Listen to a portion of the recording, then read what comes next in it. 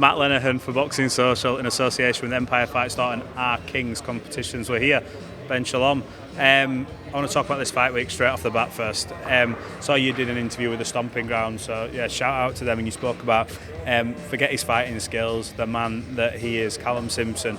Know what he's been through over before Christmas after his last fight, but he'd have been forgiven for having 6 months out maybe, but he's back in against a dangerous opponent. You should go home and stop doing interviews. Callum, when are you gonna go? You're weighing in tomorrow. He's too nice. They're all taking the piss. This is what he's such a gentleman. I know, but he's such a gentleman. It's fight week. He's still doing interviews.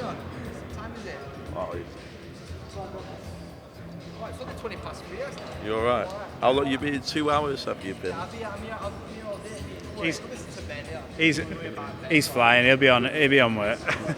But yeah, we were speaking about him and his temperament and just who he is as a person. And he said, look, when I hear stuff about my fighting skills, that's great. But he says who I am as a man and how I conduct myself means a lot more. Just touch on that with him because you've spent a lot of time with him. All it is he's made me check myself and humbled me as to how he's dealt with this, how he turns up every day, how he looks after his family, how he takes that responsibility on, how he doesn't complain despite having every reason to complain. More than complain. What he's gone through is unimaginable, but I knew it before and I now know it even more. And he's a special guy, like genuinely humbled me. You know, I'm not half the man he is. You know, the way the way he handles himself, it's truly inspiring. I've seen it on countless occasions, and when you see someone like that early on, you know they're going to be destined for great things because he's got the mindset, the mentality, but also he's the right human being that's going to go on and do very well in life. And yeah, phenomenal guy. Absolutely, and look, he's got a dangerous opponent here, but I know the plans, providing everything goes well for him, that you get Oakwell back up and running. Is that genuinely a possibility for me, all four stands? I know you were impressed. I know when you make them big ventures and jump in, it's like, Jesus, I hope you do these tickets because it's an investment, but he did them, and he did them in record time. Are you excited to test the waters with all four stands? Listen, I in true Shalom style, I'd have done all four stands last time, but I couldn't. It was a week before the season, so we had to negotiate this most ridiculous floor plan you've ever seen to keep off the pitch. And it was all Baz partner's idea, and he'd been working on it for ages, but the season has started. No one's ever done a stadium event, especially in that league. During the season, you can't do it. So we spent ages working out a way to do it. There's no venues in Barnsley big enough for him, which is why we're in Sheffield. Which is fantastic anyway, but we'll do all four stands in May and they'll sell it out. It's phenomenal. 7,000 tickets in 24 hours. It just doesn't happen. So you know, when you go to Barnsley and you see how connected he is to the place and you see how close he is to the people and he knows everyone's name, well, he tries. You can see why everyone comes out. Everyone wants to support him. They're very proud of him. Very close to him, and so is the football club, and it gives him a great foundation to become a star. It reminds me of like the Ricky Hatton effect, the man of the people, and then obviously he's got to back it up in the ring, but that'll continue. Look, let's jump on this Queensberry statement that's come out in surrounding the Ben Whittaker, Liam Cameron side.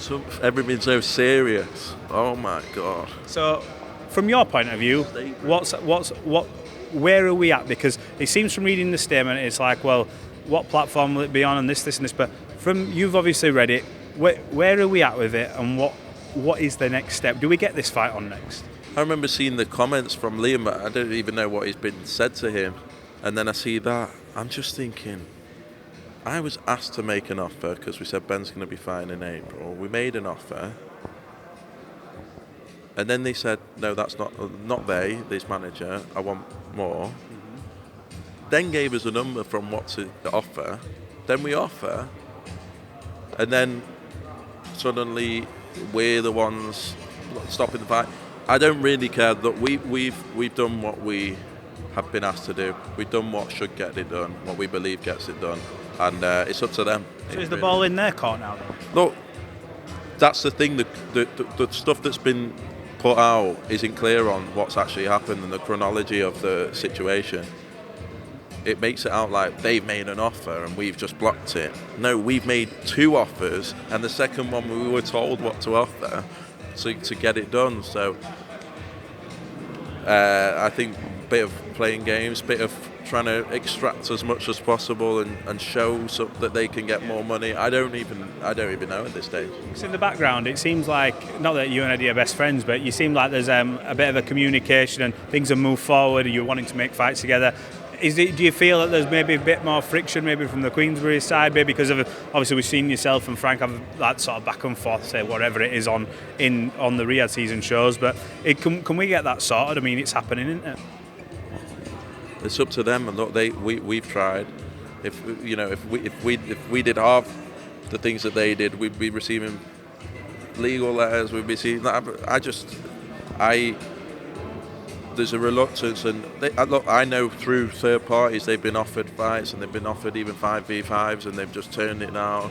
You know what I mean? So they've got that problem, and it's not us, and it's quite clear that they've got that problem, which is fine.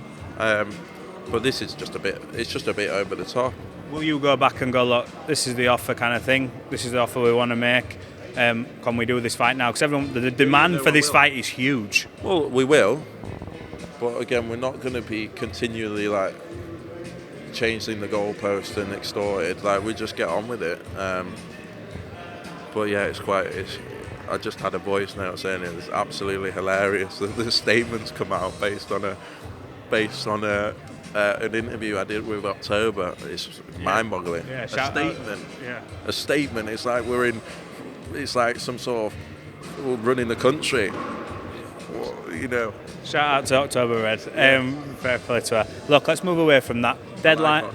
Yeah, she deserves it. She does. She's brilliant. Bad, and I said no. We'll continue to do it. I don't care at all. I have a lot of time for her. She's brilliant. Look, I want everyone to subscribe to this channel, but by all means, subscribe to hers as well. She's class.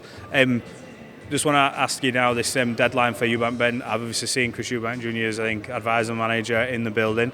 Are we, I think? Oh, Napa. Yeah, Napa.